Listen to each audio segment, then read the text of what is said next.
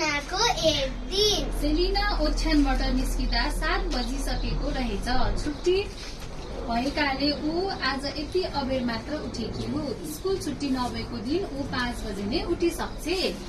सेली, तिमी अझै उठिनौ? उठिसके आमा।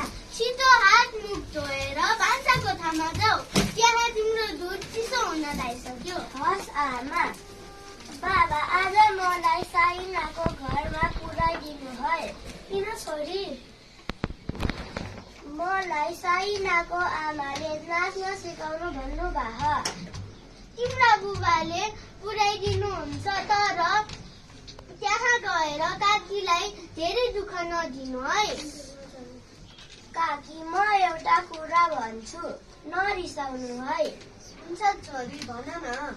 नरिसाउने भने मात्र भन्छु। रिसाउँदिन, भन। आउने शनिबार साइनालाई हाम्रो घर पठाइदिनु है। हुन्छ भन्नु न आमा।